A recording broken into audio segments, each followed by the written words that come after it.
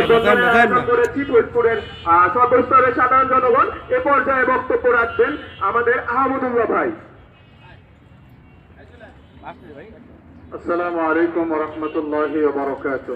أعوذ بالله من الشيطان الرجيم. بسم الله الرحمن الرحيم. الكيس من دان نفسه وعمل لما بعد الموت صدق يا رحمة للعالمين. সমস্ত প্রশংসা করছি আল্লাহ তাআলার। আজকে আমরা যে উদ্দেশ্যে এখানে হাজির হয়েছি সকলেই আমরা অবগত।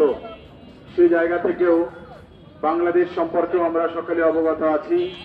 আমরা এমন একটা দেশে জন্মগ্রহণ করেছি যেই দেশে একজন ধর্ষকের পক্ষেও উকিল দাঁড়িয়ে যায়। যে দেশে একজন ধর্ষণ করে সে তাকে যতক্ষণ পর্যন্ত আমরা না মেনে নিতে পারবো ততক্ষণ পর্যন্ত আমরা এই পাপাচার থেকে আমরা যেমন বাঁচতে পারবো না, কাউকে বাঁচাতেও পারবো না। কথা বলে ঠিক না?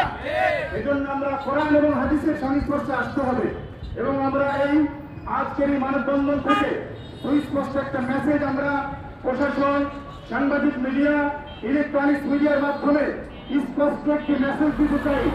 এই তৈরি থেকে আসিয়া শুধু এই পর্যন্ত নয়, এরপরেও বাংলাদেশে ফরিদপুরে সারা বাংলাদেশের আনাচে কানাচে যেভাবে দর্শন হচ্ছে ততক্ষণ পর্যন্ত এই বিচার না হবে সারা বাংলাদেশের তৌহিদি জনতা ফরিদপুর পক্ষ থেকে আমরা স্পষ্ট মেসেজ দেই, এই বিচার যদি দ্রুত গতিতে না হয়